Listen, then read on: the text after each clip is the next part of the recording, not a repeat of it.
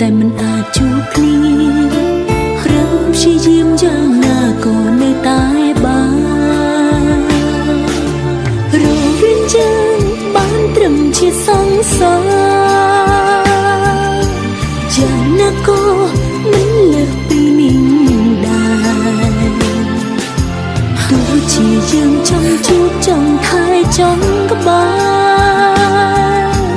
អាចបានត្រឹមក្បែរគ្នាតែក្នុងពេលខ្លីស្រឡាញ់ខ្លាំងក៏ត្រឹមជាសង្សារ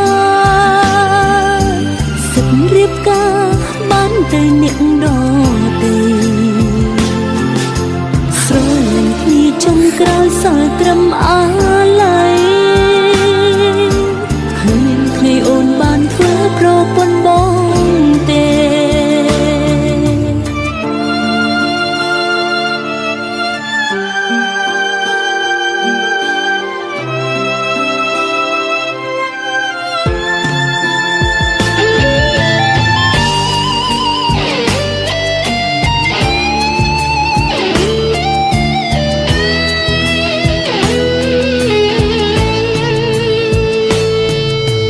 តែសំណាងមិនមានដូចការគិត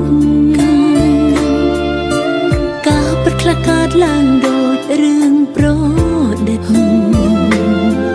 ស្រឡាញ់គ្នាចិត្តនឹងចិត្តស្នេហ៍ពិតតែមិនអាចជួបគ្នា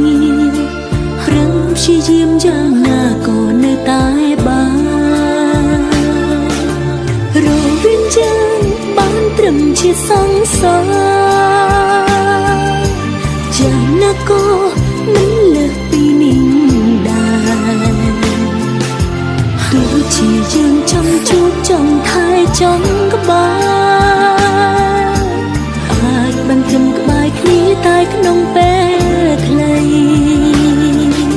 ស្រឡាញ់ខ្លាំងក៏ត្រឹមជាសង្សារសិទ្ធរៀបការបានទៅអ្នកដទៃស្រឡាញ់គ្នាចុងក្រោយសល់ត្រឹមអាឡ័យគ្មានថ្ងៃអូនបានធ្វើប្រពន្ធបងទេរវាងយើងបានត្រឹមជាសង្សារយ៉ាងណាក៏មិនលើសពីនេះដែរទោះជាយើងចង់ជួបចង់ថែចង់ក្បែរបានត្រឹមក្បែរគ្នាតែក្នុងពេលខ្លីស្រឡាញ់ខ្លាំងក៏ត្រឹមជាសង្សារសិទ្ធរៀបការបានទៅអ្នកដទៃស្រឡាញ់គ្នាចុងក្រោយសល់ត្រឹមអាឡ័យគ្មានថ្ងៃអូនបានធ្វើប្រពន្ធបងទេគ្មានថ្ងៃអូនបានធ្វើប្រពន្ធបង